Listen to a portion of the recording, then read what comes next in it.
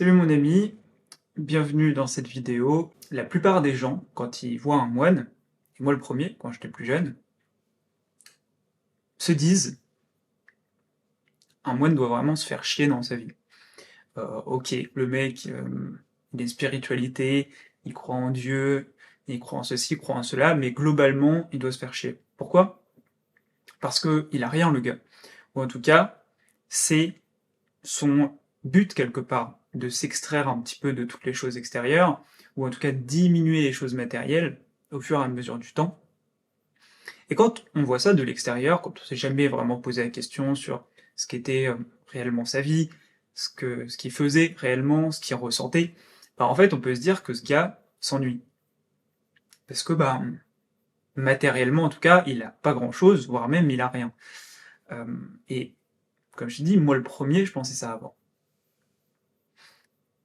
Quand j'étais jeune, je regardais, enfin je voyais les moines, tu vois, je les voyais à la télé ou des choses comme ça, et je me posais la question, je me dis, mais comment est-ce que ces gens ont pu choisir ce chemin? La seule raison que je voyais, c'était, ok, ils croient en Dieu, et voilà, ils ont choisi ce chemin parce que c'est une bonne voie, euh, parce qu'ils croient fondamentalement en leur Dieu, ou je ne sais, enfin, ou je ne sais quoi, qu'importe. Tu vois, moi je voyais ça sous l'angle de l'enfant. Donc pour moi, c'était juste impossible de me dire, tiens, le moine ressent quelque chose de particulier. C'était impossible en fait. Je voyais pas comment est-ce qu'on pouvait profiter de la vie sans profiter de la matière. Euh,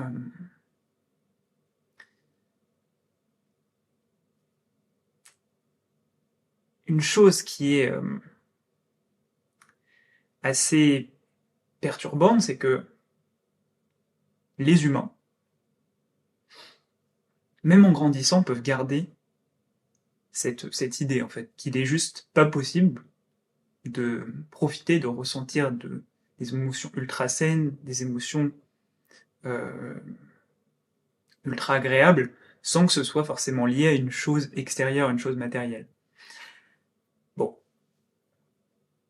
je vais revenir un petit peu plus tard dans la vidéo, mais je vais me concentrer sur le moine, lui. Eh bien, toute sa vie, globalement, à partir du moment où il a décidé en fait de prendre ce chemin, de devenir moine, au fur et à mesure du temps, il enlève, comme je t'ai dit au début, des choses matérielles en fait. Euh, Justement, son but c'est de s'extraire au maximum des choses matérielles, de la matière, mais évidemment on peut pas s'extraire totalement de la matière parce qu'on est nous-mêmes matière en fait. Donc c'est normal, impossible de s'extraire totalement de la matière.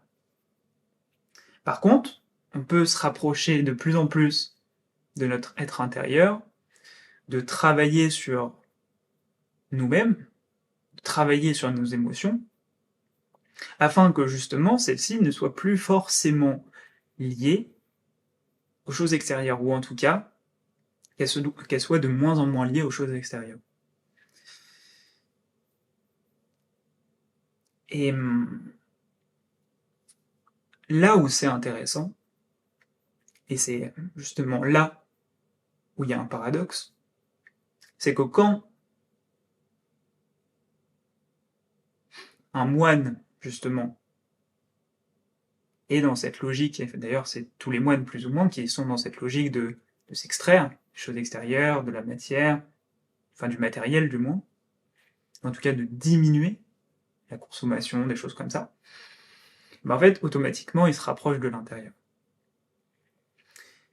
Et la plupart des moines qui ont travaillé là-dessus te diront en fait qu'ils se sentent comblés. Si tu leur poses la question, tu leur demandes bah, comment tu te sens, est-ce que tu t'ennuies, est-ce que ceci, est-ce que cela, en fait le moine, il y a très peu de chances qu'ils te disent bah je m'emmerde en fait. Il y a de grandes chances justement qu'ils te disent je me sens comblé, je me sens épanoui, je me sens bien. Et ça vient du fait justement que il se soit rapproché de lui-même, de son être intérieur.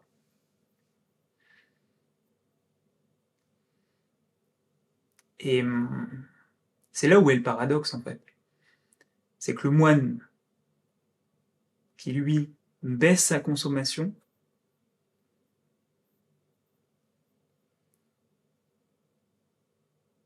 rentre en contact plus profondément avec lui-même, et moins dans cette logique de se fuir, mais de justement se contempler, apprendre à vivre avec lui-même. Là où la plupart des gens, justement, sont dans cette logique de fuite, d'accumuler plein de choses, d'être dans une logique de divertissement, c'est-à-dire s'oublier en fait, d'oublier les problèmes. Le moine, lui, au contraire, n'est pas dans cette logique, il est dans cette logique de faire avec ce qu'il a, c'est-à-dire avec son corps, quoi, avec ce qu'il peut ressentir, son intellect, etc., etc. Et je trouve ça quand même très intéressant, parce que la plupart des gens qui sont justement dans cette logique, au contraire, d'accumulation, de surconsommation, d'un point de vue extérieur, on peut avoir l'impression que ces gens-là, ils sont comblés, ils ont plein de choses, que leur vie est merveilleuse, parce qu'ils peuvent s'acheter beaucoup de choses, etc., etc. Alors que, dans le fond, il est très probable que la plupart de ces gens se sentent pas bien, en fait, se sentent vides à l'intérieur. Parce qu'ils n'ont pas pris le temps de se concentrer sur eux-mêmes, d'acquérir de la sagesse, d'acquérir tout un tas de choses, en fait, en rapport avec leur être intérieur. Et il y a de grandes chances que, justement, ils se sentent vides, ces gens-là. Et tu vois, en fait, que c'est quand même assez intéressant, parce que finalement, le moine, lui, même si on a l'impression qu'il s'ennuie, en fait, je pense que enfin, si tu fais le rapport entre le pourcentage de moines qui se sentent comblés, épanouis, à l'aise avec eux-mêmes, versus les gens qui ont beaucoup d'argent, qui accumulent énormément de choses, qui sont dans une logique de surconsommation, s'il y avait moyen de savoir quelle était la proportion de moines qui se sentent comblés et de personnes qui surconsomment, qui se sentent comblés intérieurement, il y a de fortes chances, c'est même quasiment certain, que les moines soient beaucoup plus comblés, en fait, proportionnellement, à ceux, enfin, comparé à ceux qui sont dans cette logique de surconsommation. Est-ce que ça veut dire que il faut ne pas avoir d'argent? Est-ce que ça veut dire que c'est bien, enfin, il faut être heureux si on est pauvre? Enfin, je sais pas comment expliquer ça, mais non, bien entendu, d'accord pour dire que bah, l'argent, ça participe aussi au bonheur. Quand on peut s'acheter des choses, quand on peut manger à sa faim, enfin, voilà, toutes les choses, on va dire, essentielles, c'est le minimum, en fait, pour être heureux. Maintenant, est-ce que ça vaut vraiment la peine de passer son temps à se fuir? Est-ce que ça vaudrait pas mieux, justement, de regarder du côté du moine, de voir est-ce qu'il n'y a pas quelque chose à acquérir, de plus de sagesse, plus de tout un tas de choses, en fait. Et je trouve ça, voilà, assez pertinent. Et, et clairement, le chemin de moine, c'est un chemin d'une vie. Je suis pas en train de te dire que c'est le chemin qui va te rendre heureux, parce que de toute manière, ça va combler qu'une infime partie des personnes. Si toutes les personnes essayaient de devenir moines, ça comblerait quasiment personne, en fait. Pourquoi? Parce que c'est un chemin qui est très difficile, c'est un chemin, voilà, c'est un chemin d'une vie. Bon, même si ceux qui choisissent ce chemin, en général, sont comblés parce que voilà, ils le font au fur et à mesure. C'est des personnes qui sont sûres enfin, qui pensent être sûres, en tout cas au début, de ce qu'ils font, de ce qu'ils vont faire. Mais bref, c'est un travail monstrueux de devenir moine, on est d'accord. Par contre, ça peut justement valoir la peine de regarder, comme je t'ai dit, de ce côté, vers ce chemin en fait qu'ont choisi les moines, et voir s'il n'y a pas des choses justement à trouver. Euh,